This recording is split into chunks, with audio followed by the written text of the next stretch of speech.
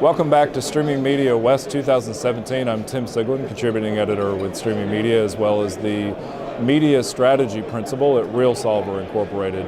Today I have with me Dror Gill, who's the CTO of Beamr. So Dror, first of all, before we go into some of the topics, tell me a little bit about Beamr. So Beamr is a leading provider of video encoding and optimization solutions, and mainly our customers are MSOs, telcos, and OTT providers. Okay. We provide the basic HEVC and H.264 encoding solutions, which are very high density and high quality. And we also provide what we call video optimization solutions, which are pieces of software that take existing encoded video files and make their bitrate lower without hurting their quality. As a matter of fact, I worked at a company called Euclid IQ for a brief period of time as the strategy officer, so was very familiar with Beamr from that standpoint. But you all acquired, was it Vanguard Video last year? Yes, last year we acquired Vanguard Video. We wanted to have tighter integration between the codec and the optimization software.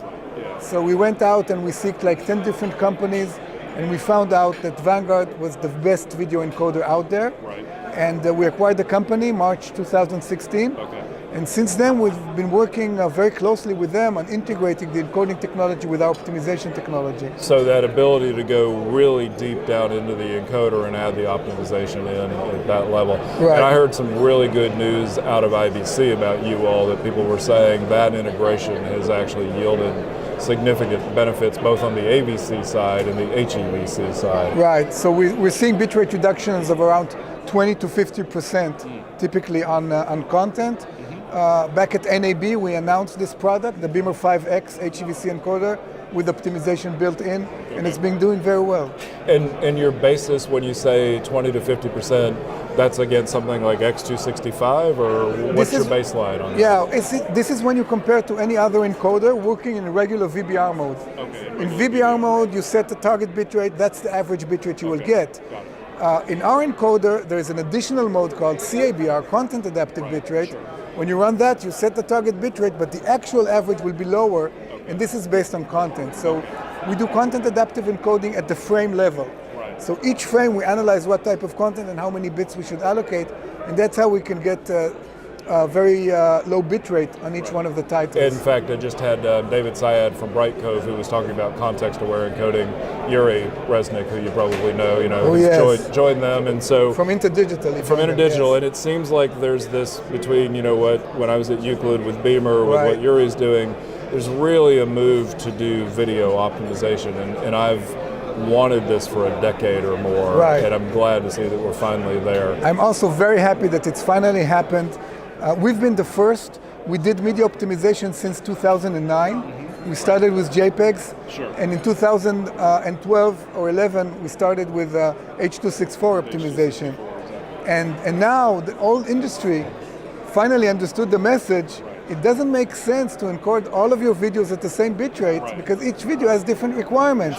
And now you see that Netflix are doing it, and everybody's into this per title, per scene optimization. And in fact, I was going to say, I think we're sort of halfway through the continuum because we moved to per title. I really want to see us at per scene or per shot, because even within the same title, we have so many different types of content. Exactly. So if you'll champion that on sort of the future, not just of codecs, but of encoding, that'd be really helpful. And we're one step ahead of that because we're already doing per frame. So inside the scene, we're adapting to each frame of the video, and that's been our approach from the beginning. And this is really how you can really get the optimal bitrate for each piece of content. In some cases, we saw that customers send us a reel of different types of content concatenated together. If you have a naive method that just looks at the beginning and tries to estimate what it is, it will fail.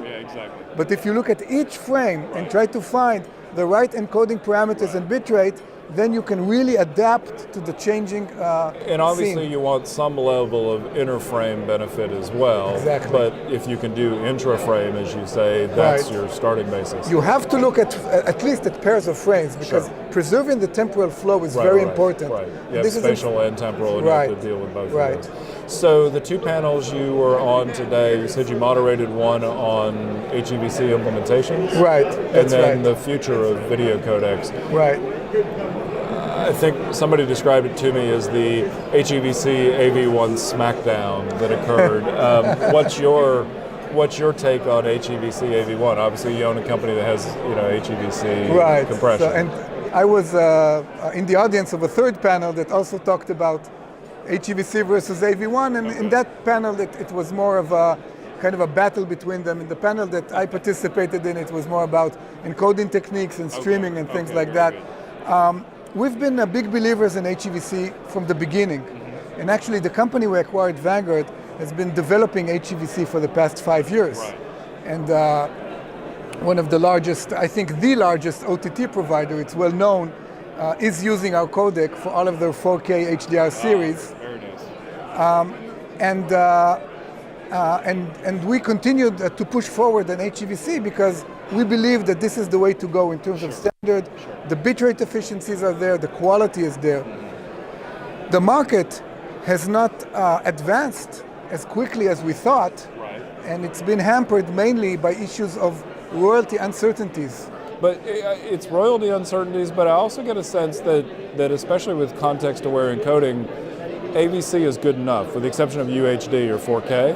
It's good enough, and if you can get some of that extra benefit, then your workflow stays the same. You don't really need to necessarily... So when we were pushing content adaptive encoding, we were saying you can reduce 20 to 50% of your H.264 bit rates, so you don't need to move to HEVC. Right, but now that you have HEVC... But now that we have HEVC, we know that with HEVC you can save like 30-40%, but with content-aware HEVC, which we have in our Beamr 5X product, you can save an additional 30 to 40% on top of that. That's really important. And that's because, and this is something that came up in the panel that I moderated, with HEVC, there really is not any perceptual tools defined in the standard. So this is open to implementation. The efficiency you get in HEVC is because of better mathematical models, compression, block sizes. Right, block size variability. Right, and stuff like that. But the basic perceptual principle of optimizing video and adapting it to the content works for HEVC as well as it does for H.264. Because, as you say, there was nothing added into the standard to handle that. Different from what was in Exactly, AVs. and that's why our content adaptive works on HEVC as well. So now we're pushing HEVC because we want to say, okay, you can get double benefit, HEVC and content adaptive. Well, that's fascinating to hear because I had wondered as we went through the period of time with AVC reduction, whether we would get similar scenarios in HEVC, and to hear you say you're getting both the effective HEVC as well as the optimization on top of that. Right. That's a very compelling argument. I would even say that with HEVC today, we get better savings. And the reason is that H.264 implementations, such as the open source X264, have been optimized and developed over the years and reached a very high level. With HEVC, the implementations are only starting. Right, X265 is an example. And it's behind, so that's why you can still save more today. There's more redundancy left because the codec itself, the implementation has not been optimized. Not been optimized. But even on the optimized, H.264, we can save a lot, and I believe this will continue with HEVC. So the debate of which codec to use, I think maybe last year at this show it was still open. But this year, in April, Samsung announced their support. In June, Apple announced their support. Now iOS 11 is out. By the end of this year, we'll have hundreds of millions of devices supporting HEVC in the field. All of the 4K TVs, of course. The Edge browser in Microsoft, if you have HEVC support in the Skylake chip on your PC, supports HEVC. So I believe that next year, 2019, will be the year that we'll start to see massive deployment of HEVC in the field, to televisions, to mobile devices, in all of the OTT streaming services. And we're already starting to see demand from our customers, more demand for the HEVC codec. And just a final thought on that, this is why, from an AV1 standpoint, it's so compelling for them to get what they have out into the market before HEVC becomes de facto. I mean, if you're thinking from their standpoint, they have a window of time in which they can go out and argue against it, but the optimization piece that you're putting in there makes the argument even more difficult. Right, and also if we talked about maturity of codecs, HEVC, the software implementation we've been developing for the past 5 years. AV1 is going to freeze, as we heard at the show, in the next one or 2 weeks. but it is a reference implementation. Exactly. It's not an optimized. And not an optimized right? one. So sure, you can spin up 200 servers on the cloud and do one stream. That's nice for a demo, but that's not realistic to do tomorrow or in 2018 for live streaming. I'm going to stay on the fence between the two, but it's very good to hear from you the optimization piece, having additional benefit in HEVC beyond what we saw in ABC. Right. Dror, I really appreciate your time. Thank you very much. Fascinating.